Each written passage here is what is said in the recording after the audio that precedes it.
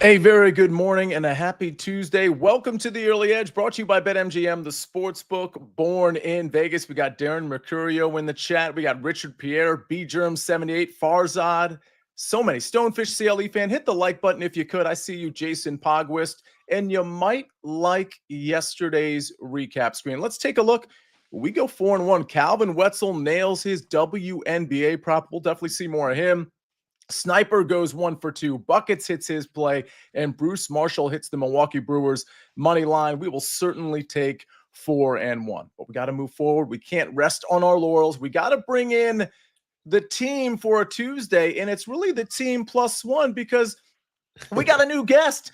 We got a new guest who works for MSG Network. His name is Sean Litte. Sean, how you doing today?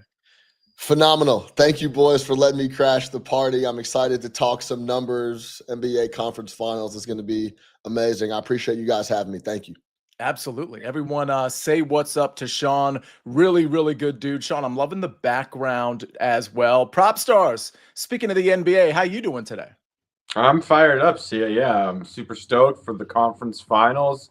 Love these four teams. We've got some fresh blood here, so couldn't be more excited to break down these games. And Mikey B, we've got 3 NBA guys. Are you feeling like a third wheel right now? What's going on? Yeah, I'm just along for the ride here. I appreciate you guys keeping me in the fold. So, yeah, hopefully I can talk a little basketball today. Keep a couple minutes for me. Well, exactly. This is really cool because we've got SportsLine Picks with the NHL. Sniper, we've got you for the MLB. We've got an MLB SportsLine pick. I've got a golf pick for Thursday, one of my patented nationality props, and all of this NBA for the conference finals. And frankly, I think all of this deserves like 3 of us for what I think is going to be a great Eastern and Western Conference Finals. But Sniper, I got to ask you, because you are here for MLB, but you're a Pacers fan, and we brought on what appears to be a Knicks guy. You and PropStarz Pacers fans for this Eastern Conference Finals. How you feeling about that? Well, we've got to even things out because can't have too much talk about Indiana when, poor old little New York is in the series. So we have to make sure that we have enough New York representation because Lord knows all the networks are going to only talk about Indiana on this. So I'm just glad that we have a little New York flavor here. Yeah, well, a little bit of sarcasm coming from the Sniper. All right, Sniper. We're gonna get to. I didn't mean to go like that. We're gonna get to Sean's picks in a little bit, but Sniper, if you don't mind, can you start us off with some MLB?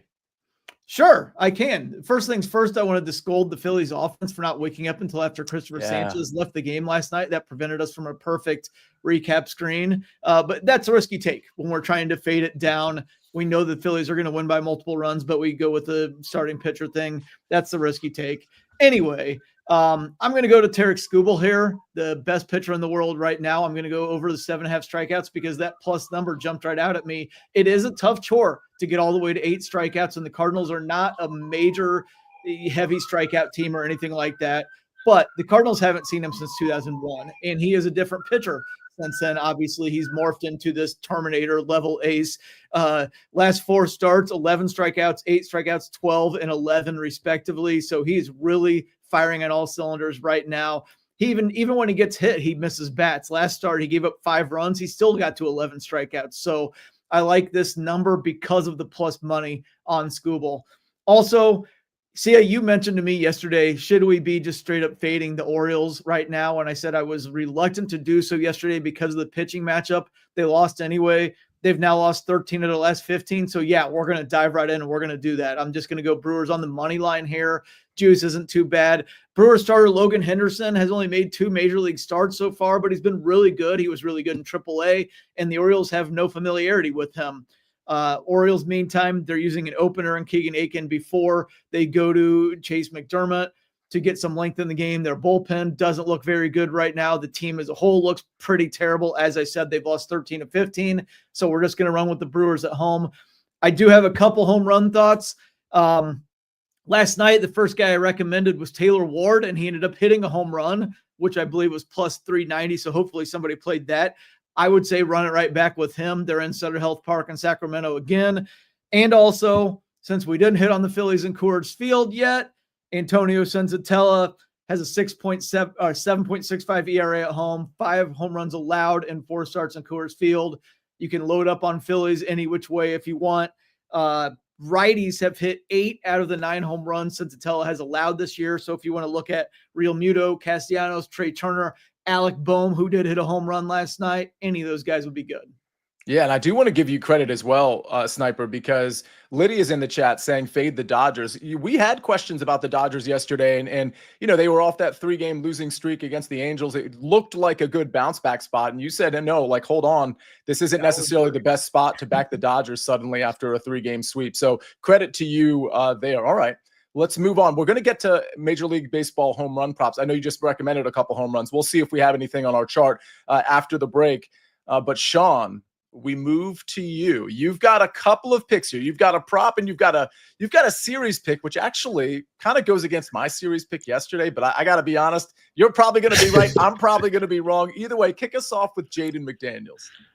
That's the beauty about the sports betting thing. And that's also why I think when you talk to other media folks and they bring up sports betting and put a negative connotation with it, the best part about us fellas is we have takes that we back by money. Everyone else just has takes and says whatever they want. I actually back up my takes just like you guys do. So let's see how it shakes. But when we're talking about a couple of the plays I have for tonight in this Oklahoma City Thunder, Minnesota Timberwolves game 1, I like Jaden McDaniels under 13.5 points, minus 125. First things first, very good chance McDaniels is in foul trouble dealing with Shai Gilgeous-Alexander, and he's going to be the point man defensively. SGA, throughout the regular season, absolutely roasted Nickeil Alexander-Walker. Jaden McDaniels did a little better. SGA shot just under 50% against McDaniels, but still was very effective. It was 35 plus points when they matched up against Minnesota for SGA.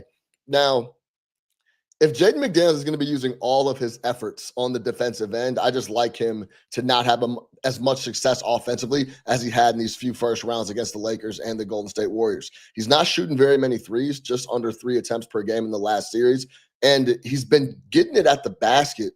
We're talking about slowing up teams to get to the paint. That starts on the perimeter. The Oklahoma City Thunder have the best perimeter defense on planet Earth. I like Jaden McDaniels to score less than 13.5 points here in this matchup in game number 1. Should I go to the Thunder minus 1.5 as well? Let's do that one. Yeah, let's do that one as well. Thunder, Oklahoma City, minus 1.5 games in the series, minus 140. Number one thing here, boys, is going to be turnover margin, and that's exactly what the Oklahoma City Thunder want to do. Remember the days when Steph Curry would come down in transition with prime Golden State years, and he would hit those pull-up threes in transition? They were absolutely debilitating, demoralizing for the other team, the opponent. They couldn't get back from that. Those swings would be too large. That's exactly what the Oklahoma City Thunder do with turnovers. That 12-3 run to end the second quarter in Game 7 versus the Nuggets, they closed it out. The game was over right after that. Key here, the Timberwolves this playoffs, in 10 games, they're averaging 15 turnovers a game. And the first series was against the Lakers. That went 5. The Lakers don't even turn teams over. They're not very good at creating turnovers. Golden State is, but the best team in the world in creating turnovers is the Thunder. I think they're not going to be able to keep up with that turnover margin. Thunder create the most turnovers in the playoffs, 18.3. They turn it over the least at 10.9 in this playoffs. So I like the Thunder to take care of business in 6 games or less. Anthony Edwards, he gets going nowadays. I know everyone likes to see him at the cup. He gets going nowadays shooting the 3 ball. That's what gets him going. That perimeter defense the guys are going to be able to throw at Anthony Edwards is going to be too much. I also think Julius Randle's playing a bit over his head offensively and the creation side. This is a good matchup, in my opinion, for the Oklahoma City Thunder. Yeah, it's fair. I mean, so just so you know, Sean, yesterday, and by the way, speaking of Anthony Edwards, we have a pick that is very consistent, Sean, with what you just said about Anthony Edwards later on in the show. But what I had, my bet yesterday was for this series to go over 5.5 games at minus 125, which obviously if yours is right, that's only going to go what? Like, I guess that could go 6 games. No, we can actually. both cash, baby. Yeah, we can both. Yeah. 6 or less. I did the math wrong. So yeah, if it goes 6 and OKC wins 4-2, but what I said in that take, to your credit, is the turnovers that's just going to be a huge thing here, because if somehow Minnesota can limit the turnovers, they're going to stay in these games because they're just a good defensive team, much like OKC. But if they get turned over, you're right. It does remind me of Golden State, where it's just like the floodgates open and it's like all of a sudden a 1-point game becomes a 14-point game. And you're like, I don't know what just happened. So understand. I'm so glad we can actually both cash this, by the way. So that makes me feel a little bit better about my pick. Sean, I'm going to go around the horn here. Sean, do you have any takes on this game is tonight on the 7.5 point spread? It seemed a bit high to me. PropStarz and Mikey, I'm going to go to you next on this question. Yeah, the Thunder are just so dangerous. I would say the overall theme with Minnesota is they're a very good basketball team that messes around a lot. We saw what happens. It was a perfect spot play. Golden State coming off a 7-game series, 1 day rest. This is a great spot to smash Minnesota. And it was the exact opposite. Even when Steph Curry went down, they couldn't get back in that game 1.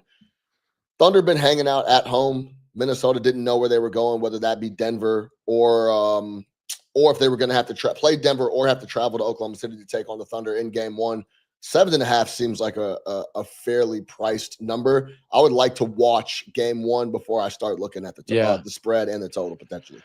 PropStarz, any thoughts here on the spread or whether or not there might be a live opportunity after you see a little bit of this game?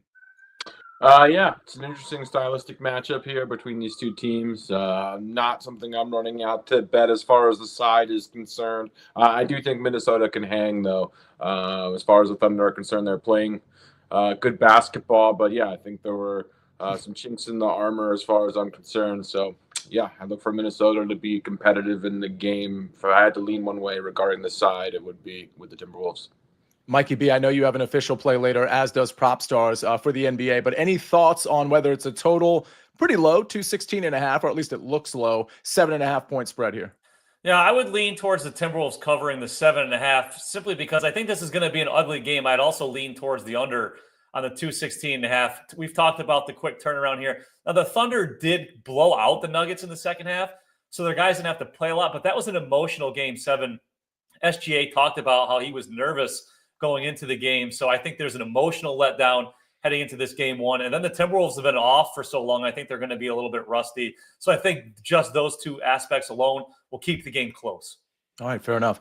Speaking of the NBA playoffs and betting on whether it's Sean's bets or some of the bets you're about to hear, BetMGM players will receive an NBA playoff SGP boost token. To use the SGP boost token, add an NBA same game parlay and activate the token. If you win your wager, you get extra winnings. It is that easy. SportsLine Picks. We go to the NHL playoffs. The Carolina Hurricanes money line -120. Both Jeff Hockman and Matt Severance like that one. And then we go to the Atlanta Braves run line. That's -1.5 at -110. That one courtesy of Bruce Marshall. Sniper, did you look at this Braves game at all? Any opinions to offer on this SportsLine pick? Yeah, a little bit. The only thing is Strider's just coming back from that hamstring injury. Difficult to know how he's going to throw, but obviously I really like the Braves. Yeah, Cheesy likes the run line as well. I'm totally down with that SportsLine pick. Yeah, it was on my short list. They're not great against lefties, but last time they saw Mitchell Parker, they did hit him hard. So I definitely looked at it. All right. We're going to look at the home run props in a little bit too. But coming up after the break, we're going to get to PropStarz pick. Then we're going to get to Mikey B's pick. And then we're going to get to my golf pick. Among other things, we're also going to answer your questions. We'll do it all right after this message from our partners. I know they know who I am. Jaden Shaw faces her former club. North Carolina battles San Diego in an NWSL showdown. Sunday on CBS Sports Network. They know me. We are back on the Early Edge, brought to you by BetMGM, the sportsbook born in Vegas. PropStarz. Sean did bring up one Julius Randle, and I brought him up yesterday in my take in the sense that, we talk so much about Anthony Edwards, and I know insiders know what Julius Randle can do, but I feel like just the casual observer think it's Anthony Edwards and everybody else. You have a play on Julius Randle. Talk to us about it. Yeah, I've been extremely impressed with Julius Randle, who heading into this postseason had shot just 34% in 15 playoff games prior to this season, had really struggled previously in the playoffs, but has been phenomenal thus far through 10 games in this postseason. I'm going over 32.5 points, rebounds, and assists for Julius, who's eclipsed this in 5 consecutive games. Really been playing tremendous basketball, shooting over 51% from the field. The usage has spiked. His playing time is up as well. Really been a secondary ball handler as well. He's had double-digit assists in 2 of the games in the semi. semis in the last round as well. So just been super impressed with Julius Randle doing a lot, really benefiting from a lot of the attention that Anthony Edwards is commanding as well. One thing with Oklahoma City, they're exceptional. Sean mentioned this against primary ball handlers, best defensive perimeter defense in the league, no doubt about that. Bevy of guys are going to throw it, and I really think that's going to leave a lot of advantageous matchups, or advantageous as it gets when it comes to facing a defense as good as the Thunder for Randle. I expect the ball to be in his hands quite a bit here. There's just also not a lot of additional guys on this Minnesota team who can really get a basket besides these two. So, yeah, I look for Julius Randle to benefit from all the attention that Ant gets. I like him to go over 32.5 PRA in the process. All right, Julius Randle over 32.5 points, rebounds, and assists. Okay, well, Mikey B, if Julius Randle's going to have a pretty great game, let's say he scores a few more points than people think, maybe that means, and Sean alluded to this too with respect to the perimeter defense that OKC can offer, maybe it means Anthony Edwards isn't going to score as much as people expect. Look at the synergy here with all these conversations. Anthony Edwards under 26.5 points is what I'm on today. Talked about it when we were on CBS Sports Network yesterday. This line was 27.5. I took the under there. I'll still take the under at 26.5. He is going to see a ton of Lou Dort and Alex Caruso, two of the best defensive players in the league. He played the Thunder 4 times during the regular season. In those games, 20, 23, 29, and 17 points. Edwards has scored 25 or fewer points in 6 of 10 playoff games already. Well, we talked about here, rust could be a factor. That Timberwolves haven't played since the 14th. They had 6 days off between the end of the regular season and game 1 against the Lakers. In that game, Edwards shot 8 for 22 from the field and scored 22 points. Also, extended game off here between game 5 against the Lakers and game 1 against the Warriors. Edwards, 9 for 22 from the field, 23 points. So we got a great defense. We got potential rust situation. We're going to go under 26.5 points for Anthony Edwards. All right, under 26.5 points for Anthony Edwards at -120. John Parker says, can I get a birthday shout out to my son Noah, home from Virginia Tech for the summer? Noah, happy birthday from all of us. Let's go around the horn. Is there a better pregame run out than Virginia Tech football? I'm actually in Sean, I'm not even sure if you follow college football, but you know what I'm talking about. I guess it's Enter Sandman and just everybody's jumping around. Is there anything better than that, like pregame intro style? Yeah, until listen, college football for me is all about the pageantry. Like all that stuff before the game, during the game, the tailgating all that stuff is amazing. Enter Sandman. Just when the actual football starts, it can get a little sketchy. But all the pageantry is the best stuff. So yeah, that is one of the marquee entrances. There's an old video out there floating on the internet that has a throwback of their, like, I think the camera's in the tunnel coming out for the Hokies, and it'll get you going for sure. I posted that on Twitter some time ago. It is, and the few people, because people don't watch videos a lot on Twitter, but the few people that watched it were just like, I'm running to the gym. It was like that good. Sniper, you were nodding your head. That run out for Virginia Tech is amazing. Well, it's easy for me. I mean, we bring up birthdays. A kid that's about college age. For my son's 18th birthday, we went to Soldier Field for 2 Metallica concerts. So of course I'm going to say Coming Out to Enter Sandman is the best one. The other thing that came to mind, but it's not pregame, is Wisconsin's Jump Around. That's actually during the game. So I don't have anything else pregame that's even close. I like Jokic's full sprint too, wherever he does it, in the tunnel or wherever he's at. So yeah, that's good stuff for sure. Sniper, let's get to a question before I get to my golf pick. Houston, Tampa Bay under 9.5 from Rick Funcannon. Any thoughts there? Man, who was even pitching? I did not look hard at that one. It's Walter Littell. And the under, I mean, I know 9.5's pretty high for a total, but in Tampa and Steinbrenner, it's going to be hot. I don't know. I don't love unders there. All right, fair enough. Let's get to my golf pick, and then I'll look to see if we have any other questions to ask any of these gentlemen. I'm going with a nationality play for the Charles Schwab Challenge. I'm going top African, Christian Bezuidenhout at -105. Unfortunately, This market came out like right around showtime yesterday. And when it did, in other words, I didn't have time to give it out because it just came out a little too late. When it came out, this was actually plus 120. It's now minus 105. I still think there's value because who is he going up against? A guy named David Frost, who's plus 2,200 in this market. He doesn't really factor in. Aldrich Potgieter, who's really only good off the tee. And this is not a course where off the tee being a distance guy like Aldrich is really going to help him. The other guy who I think is the guy that's going to compete with Christian, otherwise known as CBS here, is Eric Van Rooyen. Eric Van Rooyen has been very erratic. So has Seabez. But one thing Seabez has over Eric Van Rooyen, especially at this track, Colonial Country Club, Seabez has made 3 consecutive cuts, and he's been inside the top 30, I believe, in all of them. The last 3 for Eric Van Rooyen here at the Charles Schwab Challenge, he's missed the cut, he's missed the cut, and he's missed the cut. So this looks to be a place where Christian Bezin, who actually has played pretty well, particularly on approach over the last 2 tournaments, it looks like a place where he's very comfortable, and it makes sense because he's a very good course fit on this positional track where you got to be dialed on approach and with the putter. That's something Seabez can actually do. I think this is really a heads-up matchup that's disguised as a 4-ball, essentially, because there's 4 people in this market. It's going to be Seabez versus EVR, and I think Seabez is going to be the one that comes out on top. Wish I'd given you the plus 120. Still think there's value on the minus 105.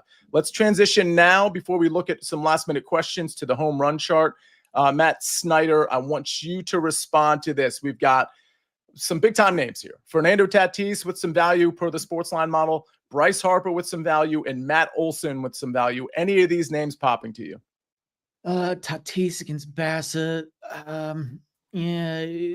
Bryce really feels good to me, even though it's a lefty Sensatella. I mean, he probably isn't even going to last that long in the game, so I wouldn't be too focused on what handedness the pitcher and hitter are.